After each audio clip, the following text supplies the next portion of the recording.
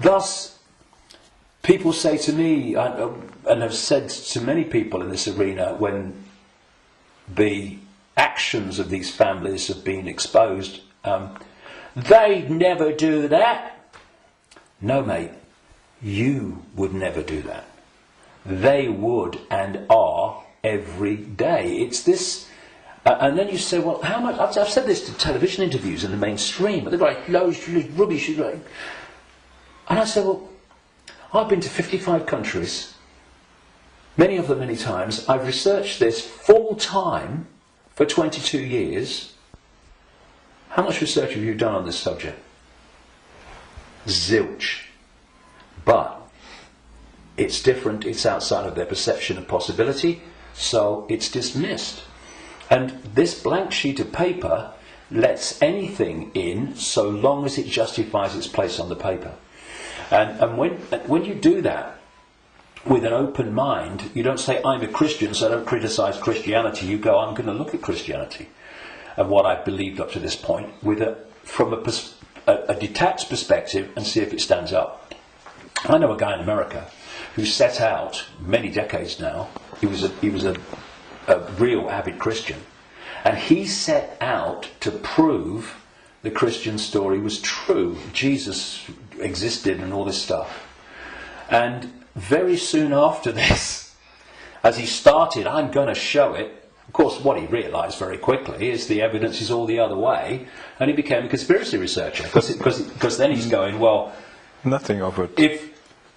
If I've been duped on this, what else am I being duped on? And then the dominoes start to fall, and you start to see the greater conspiracy. But he had an open mind enough to see that when the information was going in a certain direction, he was willing to go with it. But a lot of people that are welded to religions, they don't want to look at the information. And you can be a religious believer, and you can go to the 5 sense level of the conspiracy, because you can say it's Satan and Jesus is coming, and it's Armageddon, and it's the end times and all that stuff. You can do all that from a Christian perspective, but you ain't going to get in the rabbit hole. To do that, all those belief systems have to go, because they're there to censor the true self. Okay, thank you, David. That's amazing, and a lot of information, and a lot to think about. But the important thing is not to think, but to know, to feel, and we all have the ability and the what humans have. We can change it because we can create, which the others can't. Yeah, so they create through us, and the difference is, and the way to turn this around is to, instead of having our sense of reality manifest as our experienced reality by external forces manipulating our sense of reality, which becomes our experienced reality, we get rid of that influence, and our unique perception of reality becomes our unique experience of reality. Do you think we've got a world worth living in then? Do you think 2012 is a year that a lot of people say then there will be a major change? Do you think that's happening? Well, I've not gone along with that in the way that it's just been described in many ways.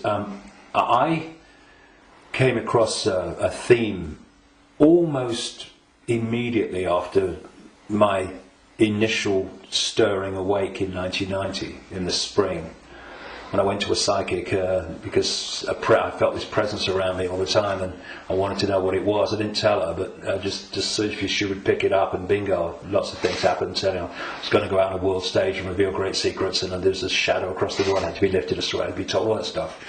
From that very earliest time, there was this theme that there was a vibrational change, which I would see now as a waveform information change, that was going to have many effects, but two major ones.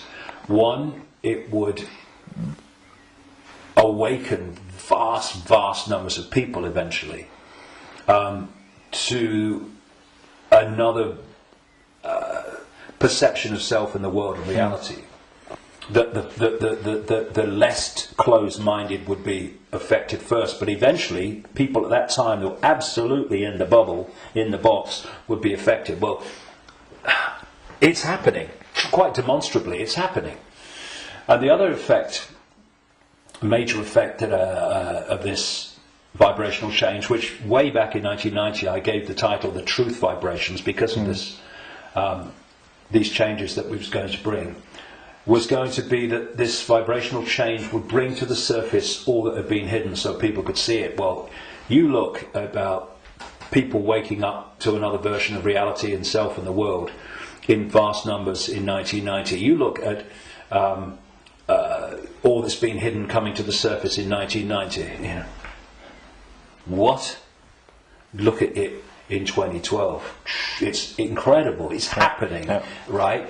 But this truth vibrations that I was, as I called it, was going to be something that would get more and more powerful and more influential.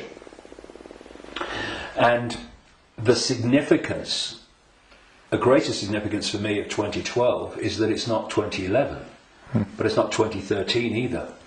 However, I think that what we are seeing in 2012, and we'll see more of in 2013, 14, 15, is that we are now reaching a point in this where it's starting to be tangible in its impact. You know, I'm seeing people now within the system, doctors, scientists, people like that, are starting to look and saying, it's all nonsense, isn't it, right?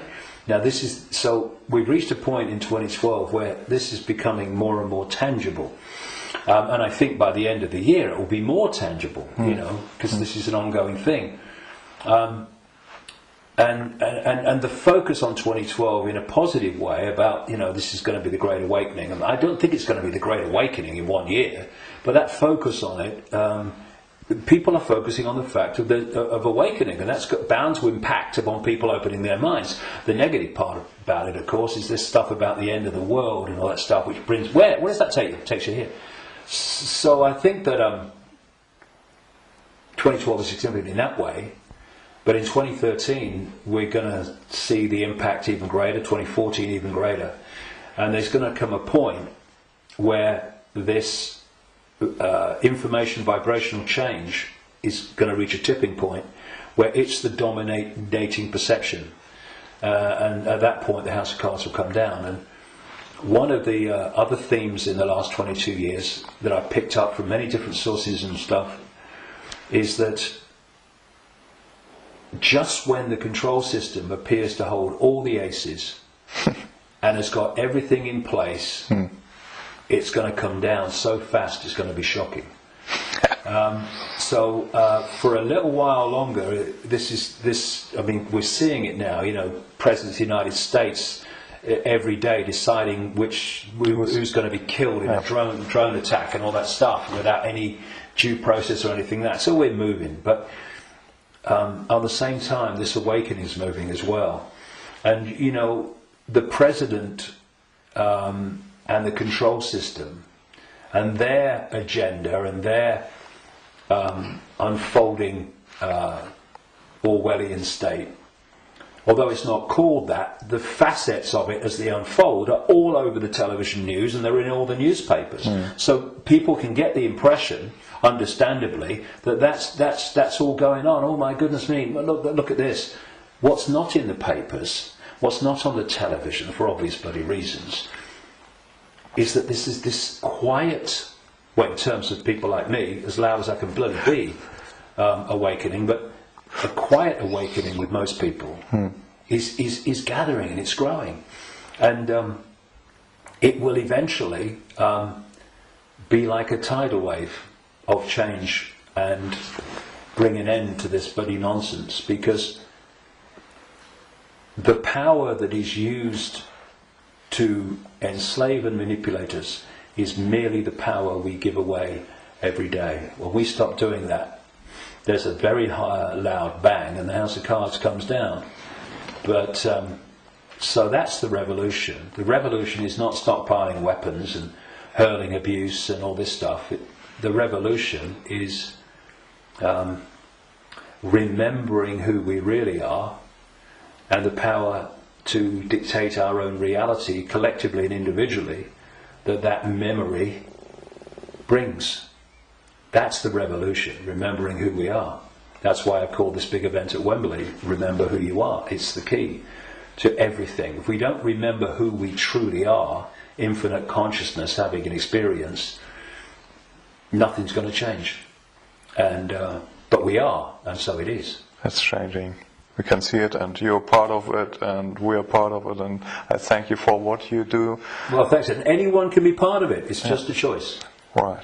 Thank you, David. Cheers, mate. Thank you. Thanks a lot.